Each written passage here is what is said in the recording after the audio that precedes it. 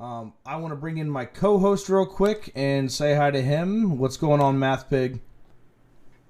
Welcome, or evening. Welcome. Fucking not. Doing this in my own channel. Hi, Justin. Welcome to the MathPig Show. Yeah.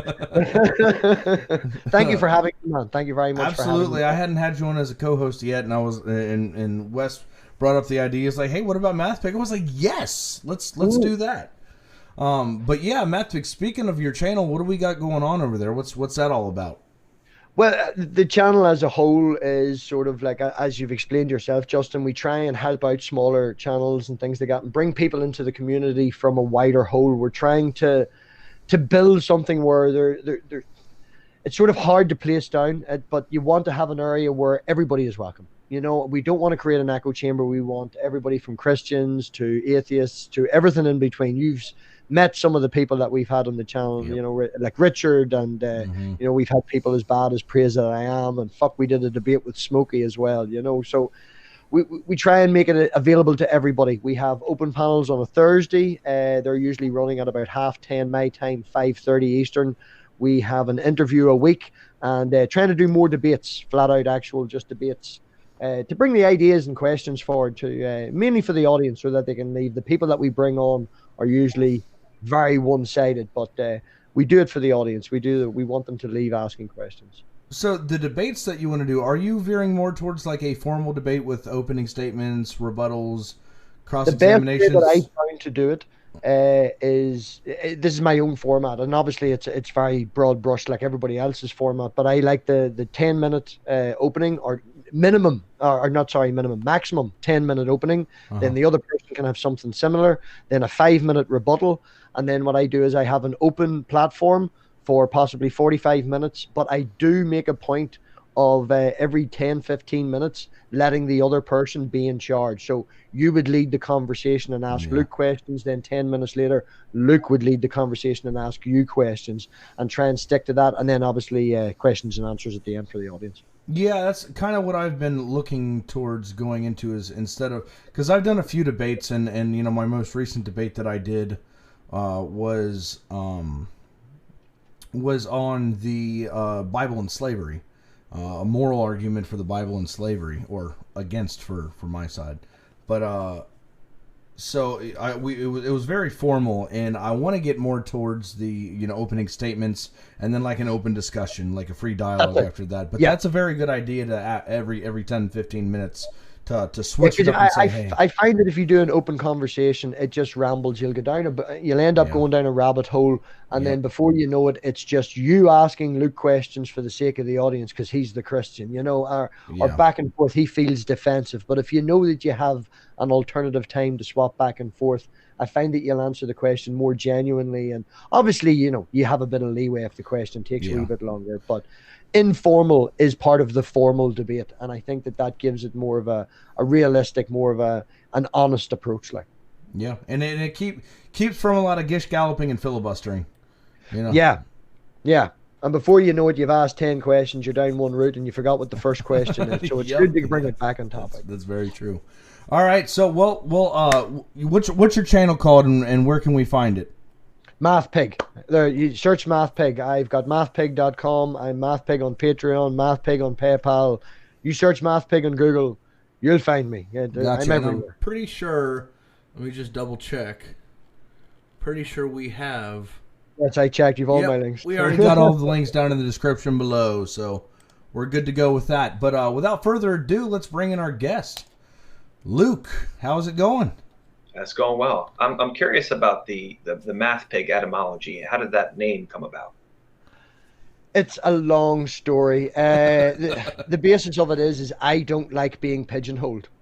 Something that I've said on the channel before is if you pigeonhole me, it makes me easier to shoot. And I usually find that when I'm talking to people, they're like, oh, well, I'm this, and oh, that I'm that, and, you know, I'm an agnostic, or I'm this, or I'm a theist, and I'm a deist, and all the rest of it. And that particular label would have particular baggage that comes with it, and I don't want to imply that baggage on a person. So from that, I came up with the original idea of math, magic, pagan, being math as my love of numbers, the idea of science, and that, you know, the belief in that, the knowledge that science can lead us forward. The magic part being, honest man, I have experienced what people on your side would call personal testimony and things like that. There is stuff that I've experienced that right now I can't explain. Doesn't mean that in the future I'm not going to say that there will be an explanation for it, but right now at this moment I can't. So that's where the magic comes from. And then, just to be straight up rude, the pagan bit at the end is just, I ain't no fucking Christian. So, and it's such a long name that over the course of a few months, people were like, fuck me, pick a new name. And somebody suggested MathPig as a joke. At the time, you could only change your name once every 3 months on YouTube. So I was stuck with it for 3 months. I got a shout out on Digital Hammurabi. If you haven't, Justin, definitely read Josh's book on slavery. It came about because of 5 and 6 slavery debates, so definitely worth reading. And they gave me a shout out as MathPig. And then a friend in the community made me a logo. And I was like, shit, I've now got a logo. I've gained 15 subs. Someone did a shout out. I'm stuck with this. Yeah. So I'm stuck with it. So yeah, ran with it. I've now got a pigsty in space as my logo. It's sort of a loading screen. We've got the community. And yeah, I run with it. It's good. And it's fun. I get a lot of bacon jokes, but I like bacon.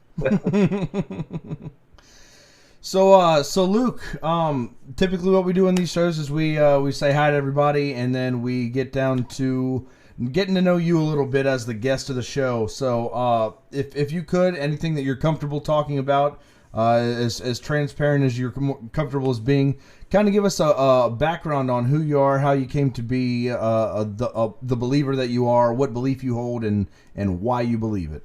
Yeah, sure. I hope you only have people on this show that are comfortable talking about these things. Well, yeah. It'd be awkward if it was like, Hannah said, I don't want to go into that.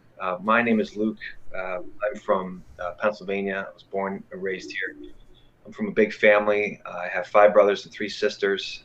Damn. And my parents just celebrated their 40th wedding anniversary. And I was born into a Christian family. Both my parents came from a dispensationalist Arminian background of Christianity, Baptist. They became Reformed later on in life, and consequently, I hold a Reformed theology. They also became theonomic and arguably theocratic in their politics, which is what I am. My politics are theocratic. And I'm staunch Calvinist. I was raised as a Christian. Really started to understand the faith when I was about maybe 15 years old. I believe I was 15 years old when I really started to understand what it was to have faith, the difference between knowing the Sunday school answers and making it something that you have conviction. It became a conviction after I turned 15 years old. When I was 15, I had a dream that I was up in heaven with my family, and we were all being interviewed to go into heaven one at a time. And when it came my turn, I woke up. And I had this thought in my head when I woke up, was if all of the knowledge and the experience that I'd had in my life and all the Sunday school lessons and sermons, that thought when I woke up was, if I were to stand before a righteous and holy God, and he said, why should I let you in? After all the training I had received, the answer would be, I don't know.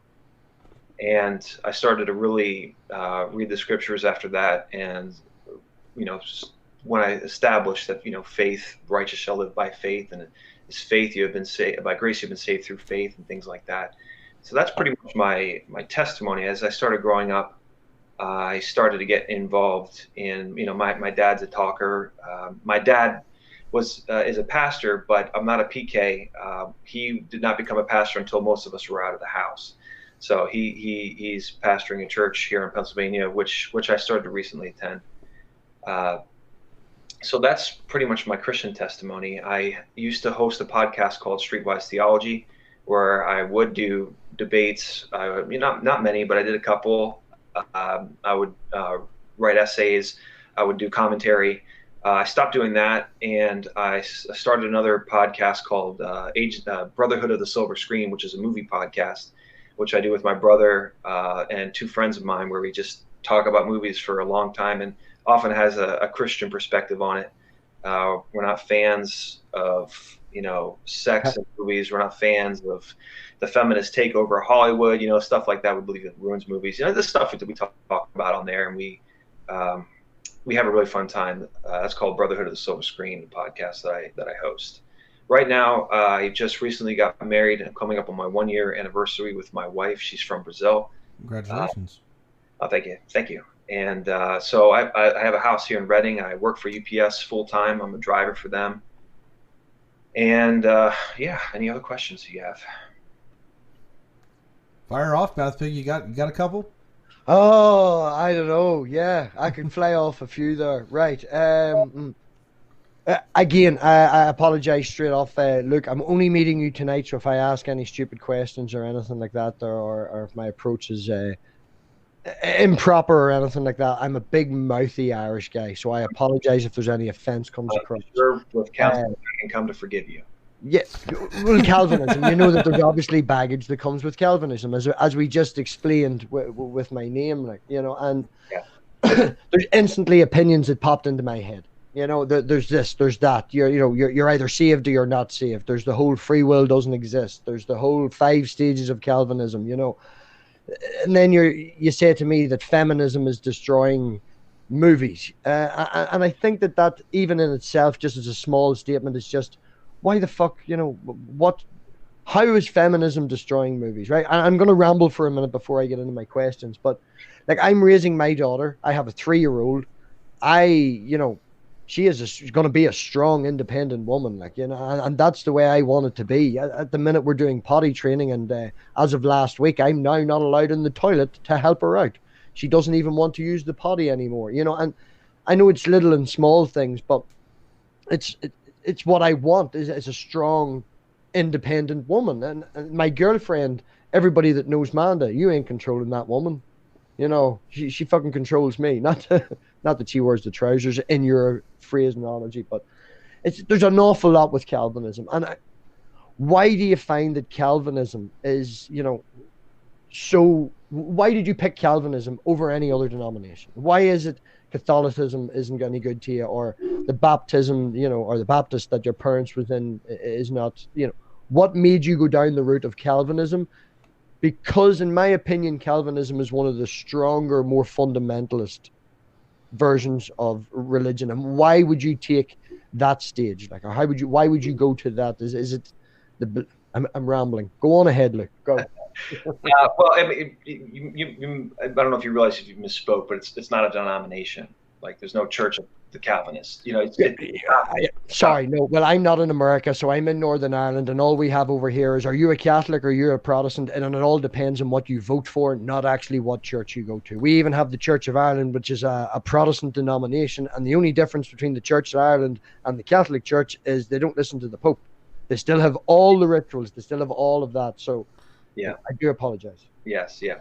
So the reason I subscribe to Calvinism is, at the end of the day, the Christian doesn't appeal. His final appeal to like his knowledge and epistemological foundation is not to reasoning or logic. His final appeal is to the Bible. We reason and we get our logic and our reason from the Bible. We reason from it. We don't reason to it. I don't think you get logic from the Bible. The laws of logic are there whether the Bible exists or not. Yes, and the Bible exists. You're going to change the meaning of the word logic. Or not, right? But I'm saying without the Bible, I don't think you can logically conclude the laws of logic unless you have a foundation there already telling you that, like, for example, laws of induction. Because we don't know that tomorrow is going to be like today. There's no way to prove it. So you need something outside of your own opinion, outside of your experiences, to tell you. Oh, I understand that. It's the red house, red house, red house. We can't expect that there's a red house. But there's also, is it universalism, where we can infer from what has happened for close to 14 billion years that the sun will come up tomorrow. It's not like going out to a car with a bad battery and wondering. We have this inference from what has happened for billions of years.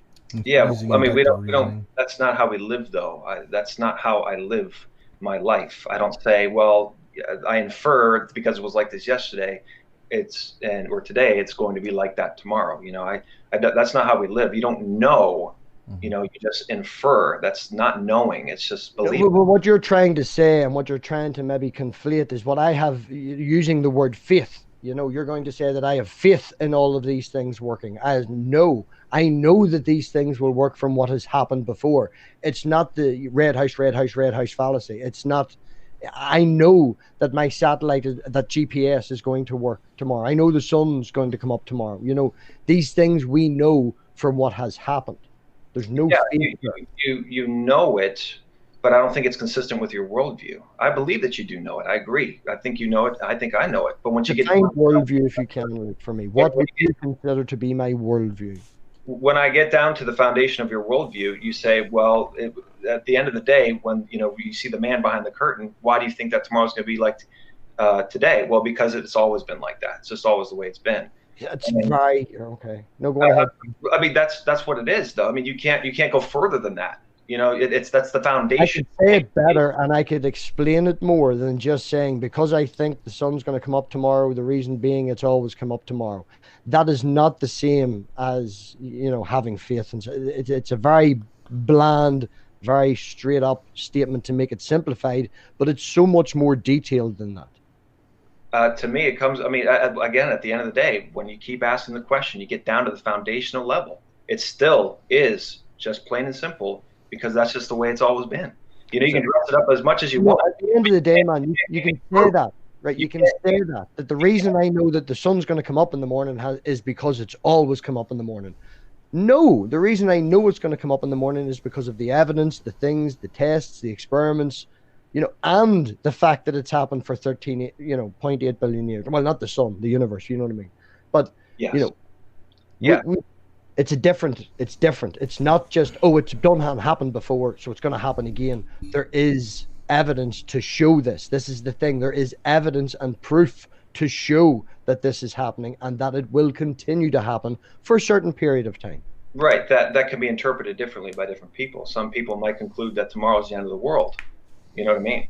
They can scientifically prove it to you if you have the right evidence, right? Man, Richard is one of the most logical people I've ever met, and I'll stop interrupting. You need to start muting me, Justin. And Richard believes a very particular, faith, a very particular thing. And I've known Richard for close to a year now, and did a show with him every week for 2 hours, sometimes for 7 months. And his logic is great, but his end conclusion is different. Okay. And it's getting past that. It's not saying that your logic is different and this, that, and the other. I'm going to mute now. So you're Calvinist. With Calvinism comes like MathPig was saying, some baggage with it. So for those in the chat that may not know the difference, what would you say sets Calvinists apart from other from other Christians? Yeah, to sum it up, God is sovereign. That's the summary of Calvinism. Mm-hmm. God is sovereign over everything. God is sovereign over creation. God is sovereign over the future. He's sovereign over the past. He's sovereign over the present. So the verses that talk about it, when people try to say, how can you have free will and how can you be predestined at the same time? I believe it's both. In the same way that how can Christ be fully man and fully God at the same time? It's both. He was fully man, he was fully God. I don't have a problem with that. I don't have to sort that out and say, well, until I figure this out, I can't figure out Calvinism. Okay. The reason I subscribe to Calvinism is because I believe at the end of the day, that's what the Bible teaches. Mm-hmm. And I've talked with people who are Arminians and who deny the sovereignty of God in all areas of life.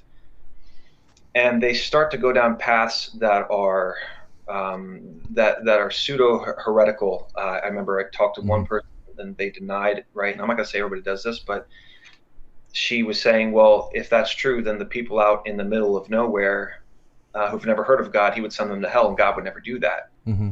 I'm kind of wondering how she would come up with that conclusion after reading the Bible. Yeah. And I'm like, okay, so you have something. I believe the Arminians are protecting some sort of view of God in the back of their mind. God would never do that. And I believe the Bible teaches, especially in the book of Job, that God does whatever he pleases and everything that he does is good. And we should not bring our attitudes towards the Bible. We should get our attitudes from the Bible. Okay, so could we dive into the because I had this conversation today, and the Muslims would agree with me, and the Christians that I was talking to disagreed. How would you logically explain, like, outside of just the Bible says this, and I'm not saying that's your argument. How would you explain logically to somebody like me or MathPig who's not a believer and who could care less what's written down in the Bible? Yeah. How God can be, well, Jesus can be fully man and fully God. Because fully to me is like 100%. There's not even an ounce of percentage left to fill the cup's full. Like, you can't put anything else in it. So how can it, now then I think of 200%, and if we break that down, then it's just 50% man and 50% God. Right. How would you logically reason that? Well, it's, let me put it to you this way. Let me ask you a question real quick, Justin. Sure. Okay, so do you know what a car is? Yes. Okay. Can you explain to me what a car is without using reasoning and logic? What a car is without using reasoning and logic. Take all reasoning and tell me how it works and tell me why it works and how it functions, but don't use reasoning and logic. I don't know if I could. Exactly. So when you say, Luke, it's kind of like asking me that question. Luke, can you put your source of reasoning and logic aside and explain to me without using your reasoning and logic? Yeah. There is also the knowledge, though. Justin already knows that that's a car. Yeah. Yeah, he has that pretense. If you took a person who had never been to a city before and walked them into a city, they would be amazed by it because they have no pre-knowledge of what a city is. Justin already knows what the car is. Whether he has his reasoning and knowledge to take it apart, he has the already knowledge there that the car exists. I know, but can he explain it to somebody who doesn't know what a car is? Take out your reasoning and logic and do not use it. You're giving him an unfair advantage. You're telling him to explain to somebody who does not know what a car is, him without reasoning and knowledge knowing what it is. You may say that you know what God is, but you have faith. We still fall back in we have a car. I know, but I'm saying that he's doing the same thing and asking his question. Can you put aside your reasoning and logic and explain God to me? Well, no. What my question was can you use logic and not just the Bible to explain how Jesus can be fully man and fully God? I want to hear your logic, how you would logically explain that. Because I've heard the analogy before that, a sock is a sock. It's 100% sock and 100% clothing. Yes. I mean, you could explain it that way, but I think that's more of an equivocation issue right. when using that analogy. So I just wanted to get your take on how you would, to somebody like me, explain how you use logic to get to that conclusion. That's the thing. I didn't use logic to get to that conclusion. Okay.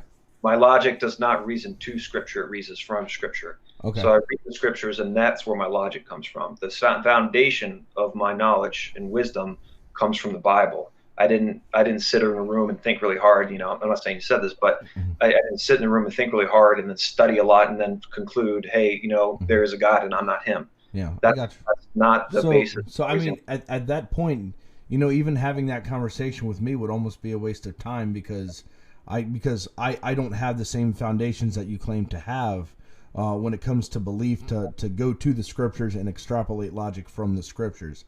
So yeah.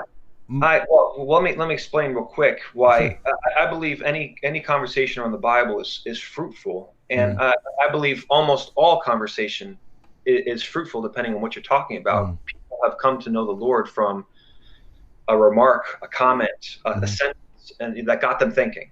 That somehow penetrated their worldview and got them thinking about it and rearranged everything. So, when I'm talking about the Bible, I'm not depending, just like it says, I believe it's Peter, he said that I'm not depending on clever arguments. You guys aren't trying to get me. I'm not trying to get a gotcha on you. Yeah. I trust that the Holy Spirit moves where he wants to move, and he convicts where he wants to convict. And there have been many times where I'm sure people have had really terrible arguments, just made themselves look like fools. And you can even argue from Scripture that sometimes Christ lost some arguments, not in his logic, but in his popularity. Afterwards, people wanted to stone him. But that doesn't mean Nicodemus didn't come to him at night and say, hang on a second, what's going on here really with this whole thing? Because the rest wrong and he fucking won, so it goes to show you can be. What's that?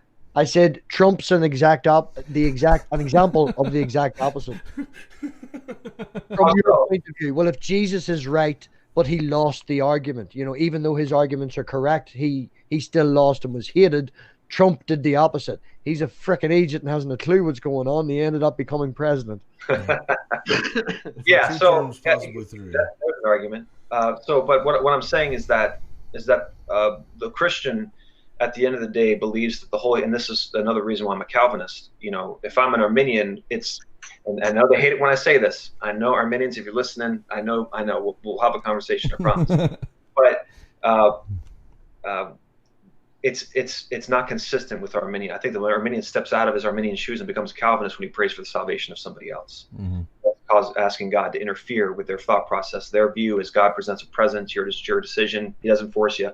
But how can I pray for somebody who's saved? So I'm a Calvinist, and God, uses his Holy Spirit through conversations in ways that I don't see, in ways that I can't predict, in ways, okay, God's going to move now. So even a conversation about the Bible and the scriptures, sometimes you get down a rabbit trail and you start talking about the Nephilim.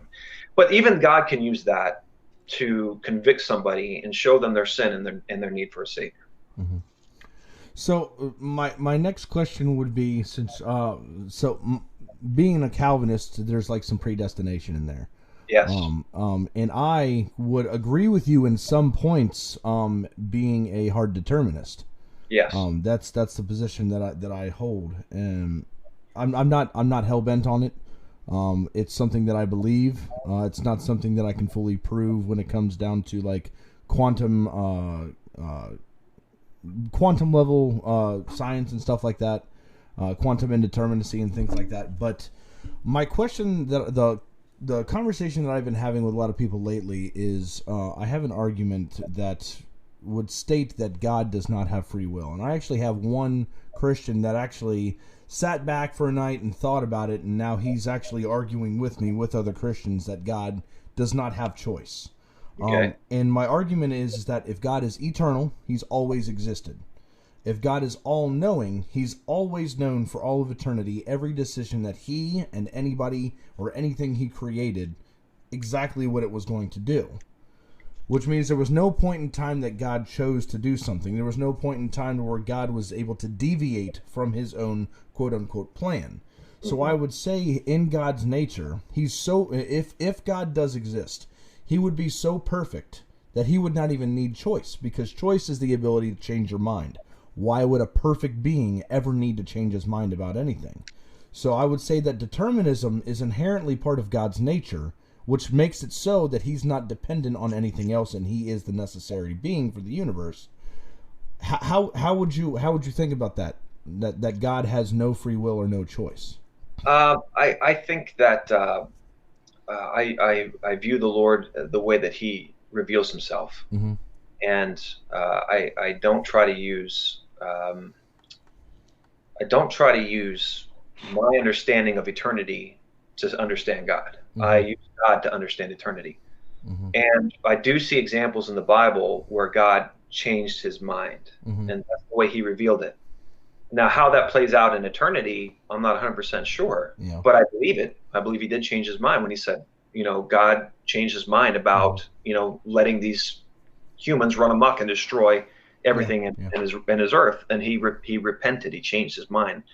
And then he destroyed, he had the flood, and then we had the 8 people and all that kind of stuff. But so I don't think any Christian worth his salt is going to say, well, if God is in eternity, then A, B, C, X, Y, Z. We don't inform God based on our idea of eternity. We let the Bible inform us based on the way that God reveals himself. So I do believe God can change his mind at any point. He has complete control over himself. He has complete control over eternity, mm-hmm. and he has complete control over time. And if he wants to change his mind, he can. Now, the Bible tells us he's not going to. That's against his nature. But that doesn't mean he's somehow trapped in a box that he can't get out of. So okay, that's interesting, and I want to make sure I'm clarifying what you said. But at one point I heard you say that God, there's parts in the Bible where it says that God had changed his mind, and then a couple sentences later you had stated that God's not going to change his mind, but he could. Which one is it? Did he change his mind or did he not change his mind? Well, it's the way that he reveals himself. So I would say that there are times that there are things that he can change his mind about, but there are things that he's not going to change his mind about. You know what I'm saying? He's not going to change who he is. He's not going to change his mind about who he is. He might change his mind about the way that he reveals himself about actions he does, right? He changed his mind about letting the humans run around, right? So there's no guarantee that God is going to do everything the same way, but we do have a guarantee that he's not going to change himself. So within our own understanding, I think the only understanding that humans are possibly able to have of what eternity means and what all-knowing means and what changing your mind means, we can all agree temporally what those terms mean. And with those terms that we would agree upon, these things would be contradictory to God, either God's nature or the things that God did. If we're basing God's nature, God off of his nature, and then he changed his mind, within our understanding that would be contradictory. And if we said that God can change his mind, then therefore he would not be able to be all-knowing within what we understand. Without you being able to understand God's sense of eternity or God's sense of all-knowingness, how do you resolve that? Again, like I said, the Bible informs my understanding of eternity.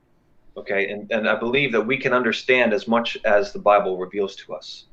So when I say that God can change his mind, God has the ability to change his mind on some things. He might tell us that he might, like, for example, Christ. He's told the people, you go up ahead of me to the temple. My time has not yet come. But then he goes up. Did he change his mind? I don't think he did. I think that was always part of the process. But the way that he reveals himself, he has revealed himself as changing his mind on the way that he let the humans run around and destroy everything. So could we agree that he wrote down he had spoken to the people that wrote the Bible, that he had changed his mind within our understanding, but God always knew that he was going to change his mind? Yes, I believe so. Yes, okay. I don't think he surprises himself. Yeah. That's kind of my question. Like, if God's like, wow, I did not understand or realize that I was going to do that.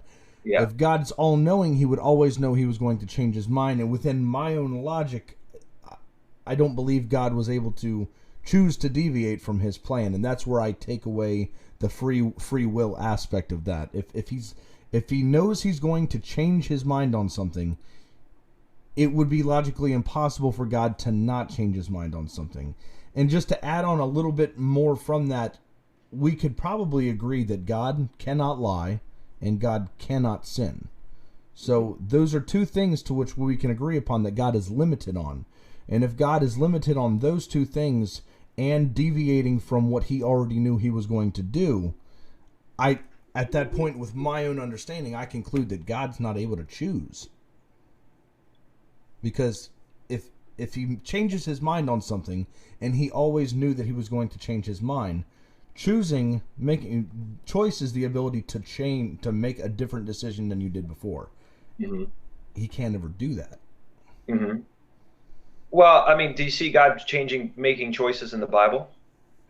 I see claims of, I see people writing down that God had changed his mind. Like, for example, I think that when I think it was Abraham went to God, and God was going to destroy Sodom and Gomorrah, and he said, if you find 50 good people, or if you find, there was a negotiation process going on there.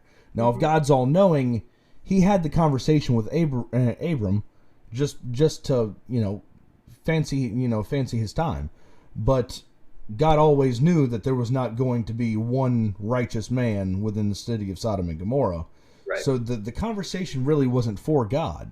And you could say that God changed his mind multiple times when he got all the way down to just one righteous man in the city. But with that being said, if God always knew that there wasn't going to be, regardless of what he actually said, he never changed his mind. I mean, that's a good question. I don't think I I can't conclude from the Bible that God is limited to something that's outside of himself. So all things proceed from God, and that means, even Christ, it says through him all things are made, even things I'm sorry, I'm misquoting that, but everything was made through God in Christ, and we tend to think that's the physical stuff, but it's also conceptual things. It's also Isaiah 45. It's also exactly, laws of logic. It's also our ideas, our minds, and our brains, and the concepts that we have. So all the concept of eternity comes from God. The concept of predestination comes from God. Mm-hmm. The only way we understand it is from God. Mm-hmm. So we can't use something that's below him to say that it is above him.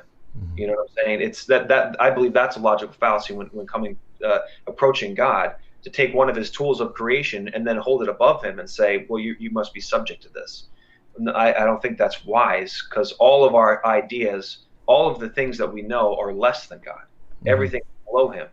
So we can't take it from beneath him and then use it above him to tell him, this is how you are limited and this is what you must do. All we can do is conclude that which he has already told us, what he has revealed about himself in his word. Mm-hmm. MathPig, I've been rambling on for a little bit. Yeah, it's good. Yeah, I had my go. You have your go. Or Luke. Right. Few things. You get your logic from the Bible. Yes? Yeah.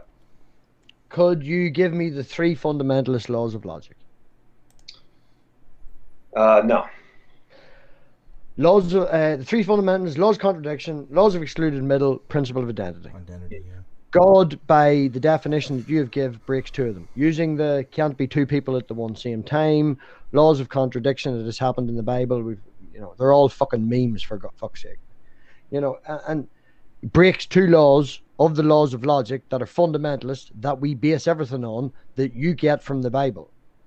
So the idea that you've put the Bible as your basis for the laws of logic, even though the laws of logic disagree with the Bible.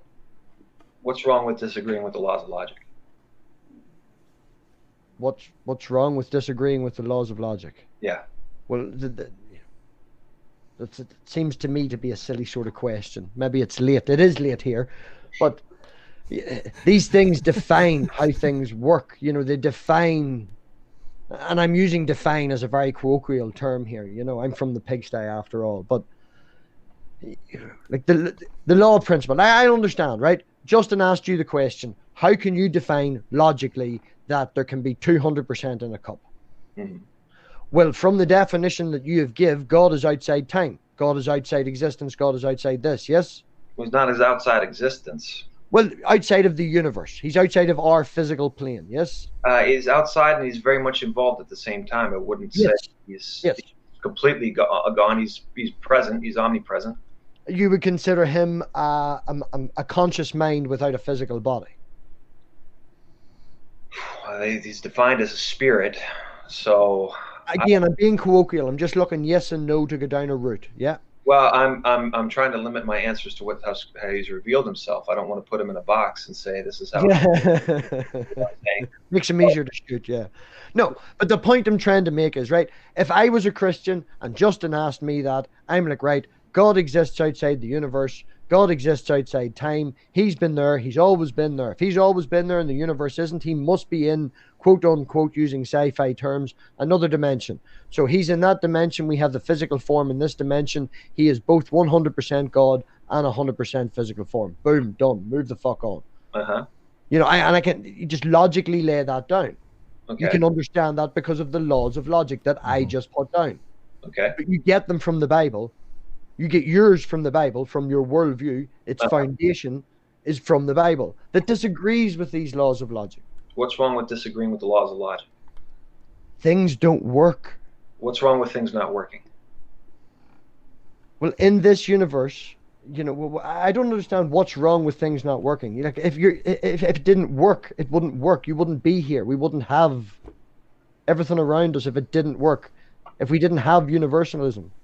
If we didn't have our faith in science, these things, if they didn't work, we'd be fucked. How do you know? Well, I wouldn't know. I'll rephrase that. from our perspective, being the beings that we are, existing in the universe and the conditions that we are, we'd be fucked. How do you know you? I'm not going to say that another universe under different conditions wouldn't have a different form of life. Well, how do you know you exist? I think, therefore I am. I'm having an experience. You would need... It's necessary. You would need to necessarily exist to have an experience. And I'll be honest with you, Luke, I watch people walking up the street and I see them, and sometimes they catch my eye because they have a strange dog or a strange hairdo, and I'll maybe spend 45 minutes thinking about that person and what their life is and how they came to that point. I overthink an awful lot. But, you know, I'm not going to go down the route. Like, are you going to just turn to me and, are we a brain in a jar? Is that, you know, short version, cutting it to the end. Dive into solipsism. You know, are we going to say 10 Brunigate this? Just tell me I'm a brain in a jar.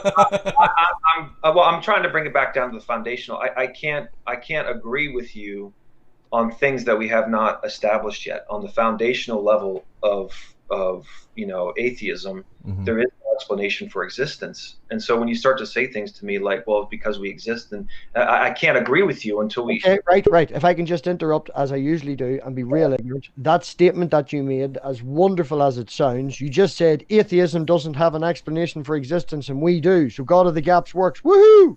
That's all I heard. Let me rephrase. Atheism does not have a consistent explanation. I believe that science had an explanation. Atheism says fuck all about the existence. Atheism says the one statement that we're not going to go down the Steve McRae route of, but atheism is one thing and nothing to do with the beginning of time, nothing to do with, you know, let's quote Matt Powell and go fucking matter, science and energy. But here we are talking about the beginning of time with atheists and Christians. Here we are talking about it. I didn't bring it up. You brought it up. You're an atheist. Why are we talking about it? If we would just be talking about something else, but here we are talking about the beginning of time, trying to explain it. And atheism can't explain it. I asked you, are we going to go down the route if we were a brain in a jar and a Psi 10 Brunigate, and your answer was about the existence and the start of the universe. Yeah. The answer, are we a brain in a jar? How can you say that we're not? Well, I don't think there's a way to prove that we're not yet, but that's the reason why I value the scientific method, because it does not give absolute truth claims. It is always refinable. It is always changeable. The further we get with technology and the more we can know about it, we are able to refine our answers and get better answers. I agree with you, Justin, but can I ask you something? Don't you think that's that translate very badly to morality? Don't you agree? Yes, but that's a whole nother can of worms with me, because I don't believe morality exists. That's a whole topic shift. If you say to a rape victim, hey, we're still learning about morality. You know, I'm not saying anybody's going to say that. Yeah, but totally change the topic. What were you saying, MathPig? I just said it's a giant change in topic. You know, we were talking about how having faith in this, that, and the other, and all the rest of it. And within this last 5 minutes, right, you have went from the start of the universe to making statements about asking rape victims we haven't understood morality yet. Right. I'm saying that the atheistic model, I believe, and you can call it whatever you want, but for lack of a better term. No, you're broad brushing, man. You're saying the atheistic model, the atheistic question is one thing. You're straw manning. You're saying every atheist is the same. We're not. Me and Justin disagree on an awful lot of stuff. Yeah. We haven't spoken on the scientific. You know, I've never met an atheist who doesn't believe in the scientific method. I've never met one. I've never talked to one. They all say at the same thing. I'm not going to put them all in the box, but for lack of a better term, generally speaking, all atheists hold to the scientific method. That would be a bit of a same argument that you just made against me, which I said the red house, and we don't have faith in that, and you're now making the same argument that you disagreed with me making. Black swan fallacy. I'm saying the atheists that I've talked to, every single one, do you guys disagree? Do you believe in the scientific method, that we're improving and we're understanding our idea of the universe? We continue refining our understanding of the universe and everything in it. I agree with the statement that every single atheist that you have spoken to believes that? Yes, because that's your personal point of view. Do I believe that every single atheist in the world is the same in belief in science and all the rest of it? No, I don't, because I haven't spoke to every atheist in the world. Every atheist in the world, I can guarantee, answers one question one way. That's it. I could go get a Buddhist right now who's technically an atheist, who believes in more than just the scientific method, and actually would bolster up Buddha and his spirituality over the scientific method. Okay. Yes, but what I'm talking about was what you said, Justin, about we continually refine and our understanding of the scientific method that affects the way we view the universe. Is that correct? Well, the truth is finding what comports with reality, and I will openly admit that the scientific method, like I said before, does not give any absolute truths to anything, but it gives the best models that we currently have that we can understand, that's demonstrable, and we can test it over and over and over again. That's the issues that I find with 2,000-year-old books that you can't change. Okay, I mean, but I think that's consistent with truth, right? Truth doesn't change. Right, so it would be logical to have lowercase t truth does change. Okay, it was reasonable back in the day to believe that the Earth was flat. That was true. That was true that the Earth was flat. Lowercase t. Once we were able to get better technology and refine our answers, the new truth came out. The truth changed to no, we have a globe, and we can demonstrate that now. So it's all contingent and dependent on the amount of technology and reasoning that we can actually use. And the best thing that we've ever been able to use to do that with is the scientific method itself. So I'm not saying the scientific method. I'm not making a claim that the scientific method is the end-all, be-all. But I'm saying as of right now, that's what we have. And if you have a better methodology, I would love to hear it. Yeah, my question is it possible in the future that we could come up with something better than the scientific method? Yes. Then why are we debating me? Then why are you? I could be right. You could be. Okay, then I don't debate. You could people. but that's consistent with atheism, I think. I mean, you're here to debate me, and I don't debate. No. This portion, just to make this clear, this is not really to debate you. Like, I just think we're having a conversation. That you may very well think that the word debate means to do what we're doing right now. And we're just having a conversation. This is partially the interview process to get to learn who you are and what positions you hold. Hey man, I didn't even fucking know you were a Christian to 15 minutes before I met you. It was, do you want to come co-host? Yeah, dead on, no bother. No idea who you are. I got your name. That was it. Yeah, a lot of times I'm in the same boat. If Wes or one of the other guys schedule a name on the show, I'll meet him right before the show and be like, "What are you?" And one guy a couple episodes ago, he really blew my mind because he had this southern twang and he was like just happy-go-lucky white guy, and next thing you know, he's a Hindu and he's got this elephant god behind him. And I'm like, well, all right, let's learn a little bit.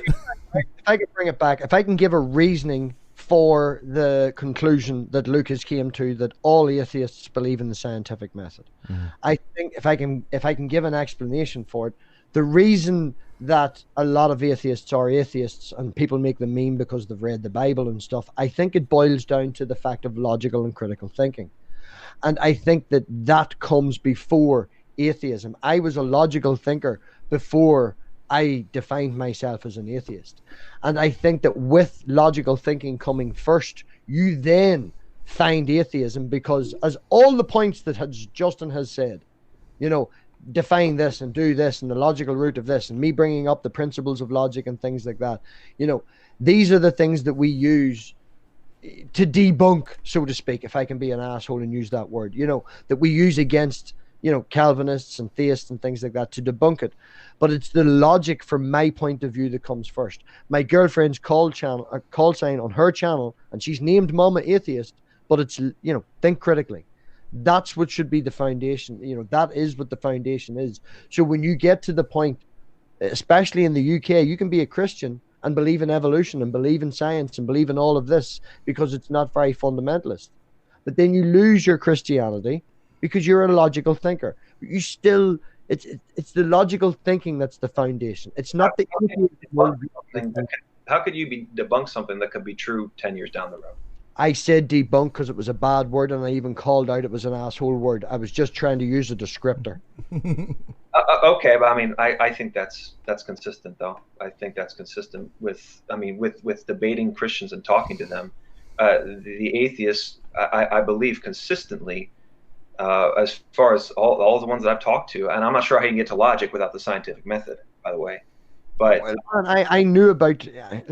Like from a personal point of view, when I was growing up, my mother gave me books that was called 500 Questions and Answers. Mm-hmm. You know, that was obviously based on the scientific method or whatever it was, and you can maybe go down that route. But she also gave me books like The Hardy Boys, which is 3 young teenage boys with skateboards figuring out, you know, mysteries and stuff like that. So from a very young age, I was taught to see patterns, look at things, think of this way. What is the conclusion, you know?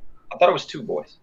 I don't know. It's that long ago. I'm 37. That long ago. It was like when I was 7 or 8. It's 30 years ago. Whatever the fuck it is. You know? I'd like to address something that you just said. You said that you don't think that we can get to the laws of logic without the scientific method. I would argue that the laws of logic are part of philosophy. And even though science, and a lot of atheists actually would disagree with me and argue with me, that science is actually a basis of, well, philosophy is a basis for science.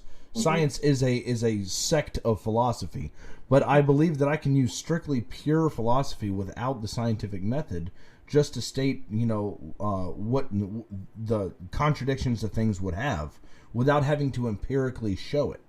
And can you reason to those philosophies without the scientific method? Well, like I said before we went live, I've been reasoning with many different Muslims, and they have gotten me to a point to where I think that it's reasonable to believe that a necessary being with a will and intent philosophically created this universe. But as an atheist, I value the scientific method because it's the reason why I'm speaking to you over a computer. It's the reason why this microphone works. It's trial and error. It's figuring out what works, what doesn't, by using, and I'm not going to limit the scientific method to just one thing. There's multiple different scientific methods that you can use. Is there anything outside of the scientific method that says no matter what, I don't care what we have, this is still going to be true 1,000 years from now? Is there anything other than philosophy? Oh, if I could just change something, and if I could add a caveat to that, sure. maybe if I could answer that question. The Newtonian physics is true to this day, right? But the law, you know, the things that Einstein came up with are also, you know, definitely true. And if you put the equations in for planetary bodies into Einstein's, you will get Newtonian. It's not that they were going to be proven wrong. It's going to be a better understanding and a more detailed description of what's happening. So the stuff that we know now, that we use with a big truth, that we include in the theory of evolution and the theory of, you know, things like that, Theory of gravity. know things are definitely going to be true 1,000 years from now. They may be written differently and they may include more facts, but they will still be true. How do you know that? Because of the fact that we can make predictions with them. Okay, predictions equals truth. Well, if you can use in that particular sentence, that's one sentence, one wee very small thing, and simplifying again. But the whole scientific method, with being able to use the information that we have inferred from this, we create a hypothesis, we put it forward, we get a theory, and it could be wrong. Predictions with it, and it could be wrong. I wouldn't go through. No, I would. It would be more understood in the future. Okay, so there are things that you can't be wrong about. The fact that we can make predictions, and this stuff happens. Predictions could be wrong. No, I'm not going to make the statement that we could be wrong. I will make the statement that will have a better understanding in the future. That's what I'll say. We'll have a better understanding in the future, and our statements. If you wrote it down 1,000 years from now in a classroom, and someone said to you, what's the theory of gravity? And they had completely figured out quantum gravity, and you wrote down the information that we know now, they would get a big F and they would be failed. So from your point of view, they would be wrong.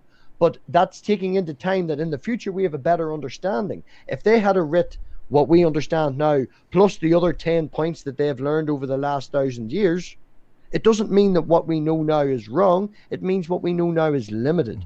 It doesn't deter from the fact that we can make predictions. We can say this is going to happen, and we will then see a result that agrees with it. It just means we get a better understanding. I think the history of science disagrees with you, especially given, I think it was Brian Keating, his book about the history of telescopes and trying to find out what's there in the out there in the sky, up in the galaxies and stuff like that.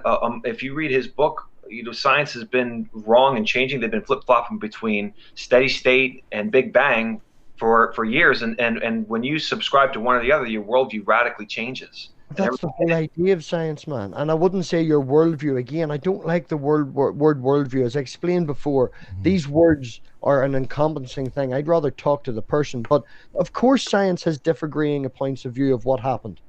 You know, it's the whole basis of science. It's what pushes us forward. You say, I say, right, well, you fucking prove it. So they go forward and they prove it. I know, but this is the difference between science and why we have more, you know, why we get up in the morning and know things are going to work is because Justin says that the world is flat and I say the world's round. So we come back in a week and we have proved each other wrong. He has his method, I have my method, and then we go, right, we disagree. So do you know what we're going to do? We're going to go ask these other 5 or 6 people and they'll do experiments and then we can confirm it.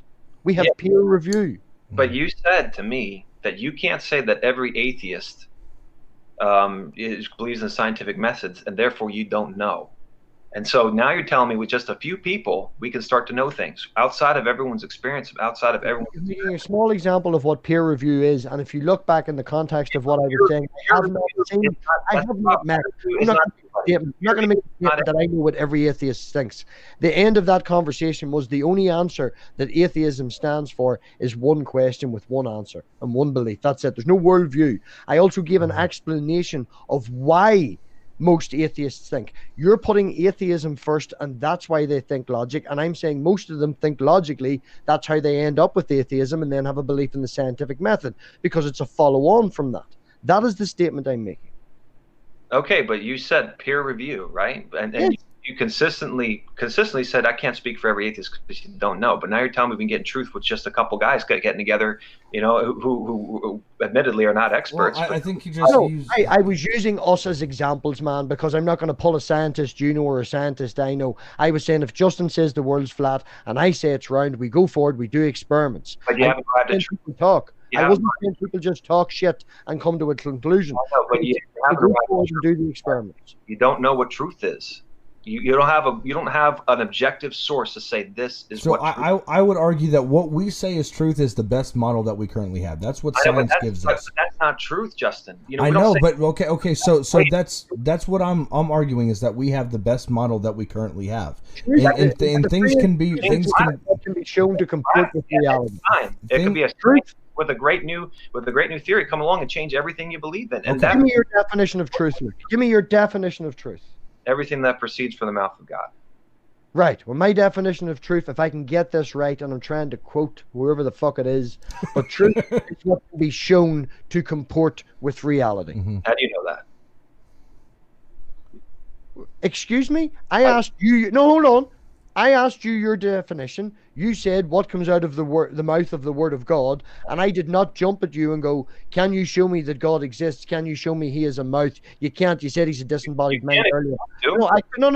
I could have done that, and your instant proof was come to me and show what can be shown. Truth. Truth is what can be shown to comport with reality. We can do experiments. We can do this and we can do that, and we can prove it. And you jumped on me, and when I asked yours, I accepted it. I never said prove God. You want to go down the route of proving God? We can do that. You know, it's not going to fucking happen because you can't prove God. You can prove testimony. You can prove this and say, look at the trees. You can't prove God. No, excuse me. You can't prove God to the point where you can convince a wide group of people outside of the faith because you don't have the scientific method. You just instantly, God exists. That's it. You now have to prove that science is real. That's bullshit. MathPig, you got to understand that when you interrupt me, I'm allowed to interrupt you. Is that okay? Yeah, but I'm loud, so I'll probably go louder. Okay, all right. But what I'm saying, the point I'm trying to make with all this is I believe you have faith, and so does Justin, and that's the foundation of your worldview. It's faith. No, I don't care. I said I had an inference. I did not agree that I had faith. Inference? What are you basing that so inference on? we don't like the word faith. Thermometer in your brain? I mean, like, seriously. That's not the word, Luke. The word faith we do not like because it has multiple different meanings, and I've caught multiple different people that have a religious belief using what's called blind faith. straight gullibility. And when that word is used for us, a lot of times in a conversation, that word faith can jump around and be used as different meanings behind the scenes when it's really being presented as the same exact thing. If I was to ask you if you had faith that's not blind, that Genesis, the 6 days of Genesis actually happened, you would necessarily have to use blind faith to say that you believe in that. Now, we as atheists use what's called inductive reasoning. And I don't want to say we as atheists. There's a lot of people. You use inductive reasoning. Everybody, I believe, in some way, shape, or form uses inductive reasoning. For example, MathPig brought up, the sun's going to come up tomorrow. Well, are we 100% absolutely sure that it is? No. But to the best of our ability, using that inductive reasoning, we have evidence compiled up under us. So we have a strong confidence in that. So in the Bible, there's multiple definitions for faith. And I'm not saying that you're using simply the Bible to define faith. But if we go to Hebrews 11:1, faith is the substance of things hoped for, the evidence of things unseen. There's other places in the Bible where faith is perceived more as trust or confidence. So when you say that we have faith, there's a lot of stuff we have to unpack there. Okay, well, okay, I don't want to. I'm not going to pull a gotcha on here, Justin, because you've been so nice. No, I want you to. If I'm wrong, then I'm wrong. No. My question is, you saw the debate with. This is a quick question. You saw the debate with Jeff Durbin and Cy Ten Kate again with I forget the other guys' names. Did you see that debate? It was 3-on-3. I didn't. You know what? I think I saw bits and pieces of it, but no, the one with Cy Ten Kate was the one with Matt Dillahunty. Right. I don't want to get over semantics, but I think we have to at this point, as far as this goes, because you said we have a strong confidence, and you know what confidence means. Confide. Yeah, I understand. Faith is confide. Yeah. My point is you can't get away from it. You just can't get away from it. At the foundation, I believe everybody blindly believes something. They got to put your faith in something. That's how we're made. Well, I mean, like I said, I haven't said this on this episode. I've said it many times before that everybody has presuppositions. Yes. I believe that I presuppose the laws of logic. Why? Because they work. I presuppose causation. Correlation does not equal causation, but if I take a box of matches and strike the match up against the side of the box and all 100 matches light on fire, I'm going to presuppose that there is some type of causation there. So I do believe that, but what I'm basically getting at is that people that are not part of a religious belief do not like the word faith, and we would appreciate if we used words that already exist before. I don't want to say before that, but the words confidence and trust has a lot less baggage, and it's not as loose as a term as we see faith as. So my thing is we're already doing the same thing with truth, right? We have big truth, big T, and then small truth, but we use it interchangeably. You know, so yeah, of course we're using a lot of terms on here that probably need a little bit more, explanation. But words are descriptors, and when you say a particular word that is a description of how you feel and what you think and this, that, and the other, when we hear that, we have a different descriptor. You know, like if you grew up in America, you know, you could think that a particular food is called that word. And I grew up in Northern Ireland and I think a particular food is that word. And we then fight over, you're wrong, I'm right, this is what it's called. But this is the problem. When you say faith, we hear a different thing. Mm-hmm. It's not the same thing under a different word, which I think is the problem that you're trying to put across to me and make that point. But from our point of view, when you say faith, we hear a completely different thing. When you say faith, I hear evidence of things not seen. I see the sun every day. So that definition can be set to the side and excluded. So if we say other places in the Bible other than Hebrews 11:1 where it states as trust and confidence, cool, I agree with you there. We're on the same page. I know, but at the end of the day, I still think you can't get away from it. You know, because if you can't say I know, then you have to say I believe. And the foundation of belief is faith, and that's what I'm trying to say. So far, I have not heard. I'm not trying to say check. But what I'm trying to say is, so far, I have not heard. I know that this is true, no matter what anybody says, outside of time, outside of reasoning, outside of my existence. No humans in the world. Me personally, I only believe in one thing, or I only know one thing. What's that? That I exist. Okay.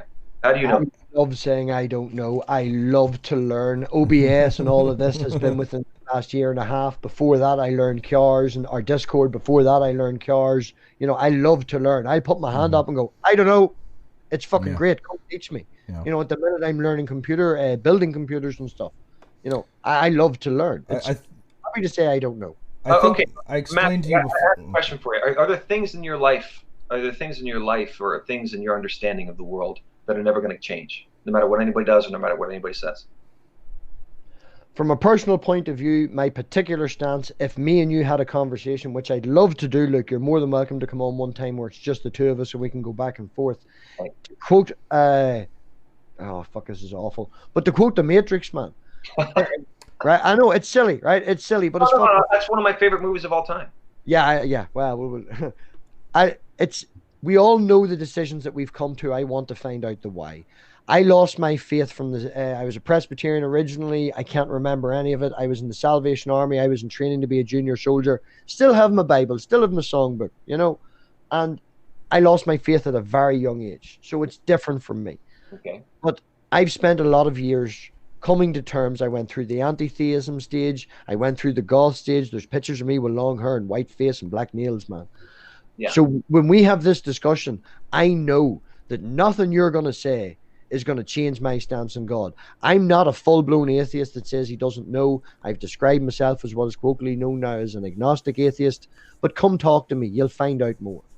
Mm-hmm. But the point that we do this for is for the audience. There's people out there that are going through it. Mm-hmm. People are out there that are having existential crises. People that are either on your side, my side. And not that we want to sway them, but the whole goal for what I'm doing is to make people answer and think questions. So no, it will not change my mind. But this is not why I'm doing it. Well, the reason I asked that question is because I take issue with the scientific method, not because it's useless. I think it's very useful, but I think it is useful when you have the proper foundation. Because if I use the scientific method to conclude, I mean, and this is why I talk about morality. You know, we talked about science a little bit, but the problem is that science can't explain morality. And it can't. I mean, I can't. I don't know if any of you guys can sit there and say to me consistently. And that's my question to you: can you consistently say to me that something is going to be wrong 100 years from now, 1,000 years from now, 10,000 years from now? It's always going to be wrong. No. Is there anything? How about rape? I hold to a subjective morality, and my next question is: how about rape? I don't know. Why you brought that up? I subjectively say that rape is wrong. But then again, you're talking to a hard determinist to where I didn't make any choices. So I never chose to think that rape is wrong. It's just determined for me to not value rape.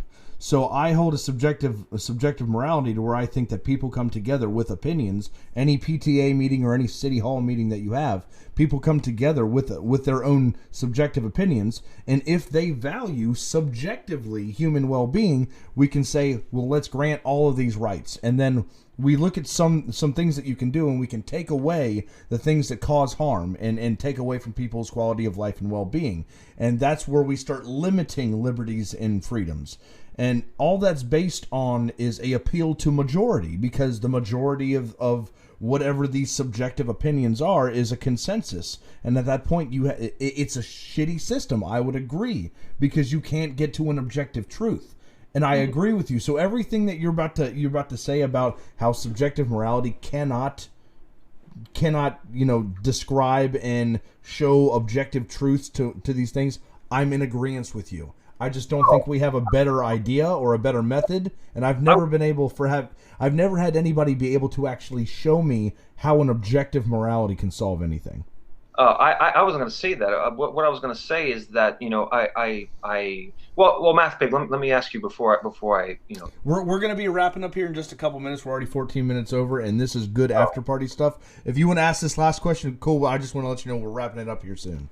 Oh, okay. Well, what I'm saying is I've had conversations with atheists, and my point of what I'm saying is that, you know, I ask you, is rape going to be wrong? And I get a long qualified answer, and I believe, Justin, consistently, if you know, no holds barred, you and I sitting down together, the answer should be yes. Of course, it's wrong. No matter what time period, yes, rape is absolutely wrong. There's nothing that's going to change my mind about this. Mm-hmm. You know, there's no circumstance 1,000 years from now. Rape is wrong. It's always been wrong. It's always going to be wrong. Pedophilia is wrong. It's always going to be wrong. Why is it wrong? Consent, it's always consent. Consent, it's always about consent. Mm-hmm. Yeah, but it's wrong because God in his word, which is an objective truth source, has declared it to be wrong. So if tomorrow God said rape was right, then it would be right. No, because we have an objective truth source saying that's never going to happen.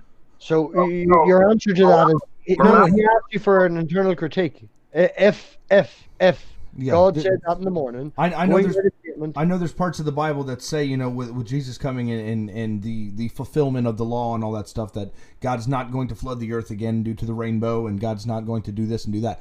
It's simply just a hypothetical situation, because I'm trying to get down to the Euthyphro dilemma, get down to the divine command theory.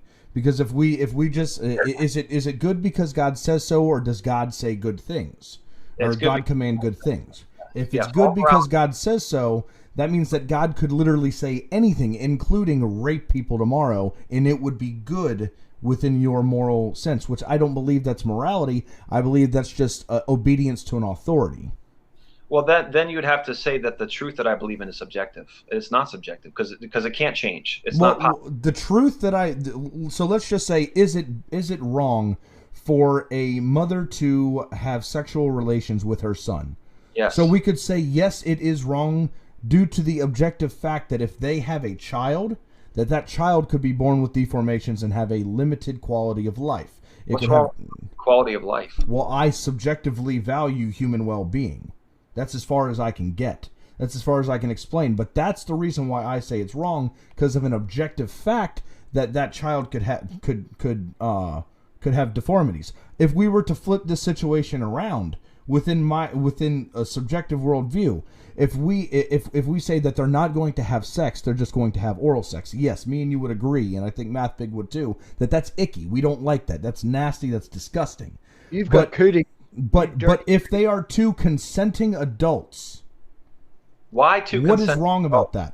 Why two consenting adults? Why does it have to be adults? Why can't it be adult and a child? Because we have created objective laws based on our subjective opinions. We're going to keep going back. You're going to keep breaking this subjectivity down, and I'm going to keep agreeing with you over and over again. Okay, but you know the dilemma. Nobody lives like that. Nobody lives like they get raped, and well, maybe it's just my perception. Maybe I just because we appeal to emotion. If a guy comes in my house and blows my wife's brains out, I'm not gonna, as a determinist, say, well, he was always determined to do that, and he's not accountable for his actions. No, I'm going to appeal to emotion and leave logic and reasoning behind me. I agree. I'm gonna fuck him up. I know. I would hope. But then I'm saying your determinism is worthless. It does. When the rubber hits the road, and we encounter these things like rape and molestation and pedophilia and slavery, when we encounter these things, determinism is completely worthless. No, it has a lot of worth when it comes to rehabilitation, because we can figure out scientifically what caused them to do that. And if it's a brain that they didn't choose at birth, or parents in a childhood that they didn't choose at birth, or the chemicals that react inside of their head, all these external factors that they were not able to choose, then we could say that something that was outside of their choice or control caused them to do this, and this is how we could possibly fix the problem. I know, but then okay. Well, so there's the complete importance in determinism. Then you're running into problems with justice, because how can we punish people who were outside of their control? Because we subjectively value well-being, and unfortunately this guy just got the shit end of the stick in life, and he was determined to do this. So unfortunately, because we value human well-being, we're going to have to lock him up so he doesn't cause any more harm. Okay, but how do you define harm? What's harm? Harm is not having a quality of life. Is taking away a quality of life from somebody. I don't have a quality of life right now. Are you harming me? Say that again? You and I don't have a quality of life right now. Are you harming me? I believe that I have a quality of life. No, you might have more money than me. That's not a quality of life. I might have more money than you. That's still... I think we're using different definitions of quality of life. I'm speaking about your own autonomy. If I can harm you as a person, if I can physically or emotionally harm you, I'm taking away from your your subjective quality of life. So when you discipline a child, that's wrong. When I discipline a child, it depends on how you're disciplining that child. If See, you're telling them to do things just because you said so, then I have a problem with that. But I know, if you're explaining to them why you say it's wrong and what they can do to possibly fix it, you're actually increasing their quality of life. Exactly, but I'm telling you right now, Justin, and I don't want to sound like a pedophile, but this is exactly what the pedophiles are saying. They're saying that when you have sex with a child is actually good for them, and I'm looking at the atheistic approach that there is no God, there is no objective morality, and how can the atheists consistently say to the pedophile, hey, you're wrong? You know, you're just completely wrong. If they get enough pedophiles into office, and we get enough pedophiles and we all agree that, hey, pedophilia is okay, I'm going to leave. I can't be hanging out with this. I can't be continuing this. No. I'm not going to sit in the street. No, I'm not. I'm just so. No. Well, look at NAMBLA, North American Manboy Love Association. That's what. Oh my goodness, Justin. All right. We're gonna wrap this portion of the show up right now, and we'll take a break. We'll calm things down a little bit, and then we'll here in about 20-30 minutes. We'll get the after party started if you guys are able to hang out. But yeah, thank you, Luke, for coming on. Thank you, MathPig, for hanging out with us, and thank you for everybody in the chat. If you would like to get in on the after party, give us a message, shoot us a message on Twitter or Facebook, and we'll get.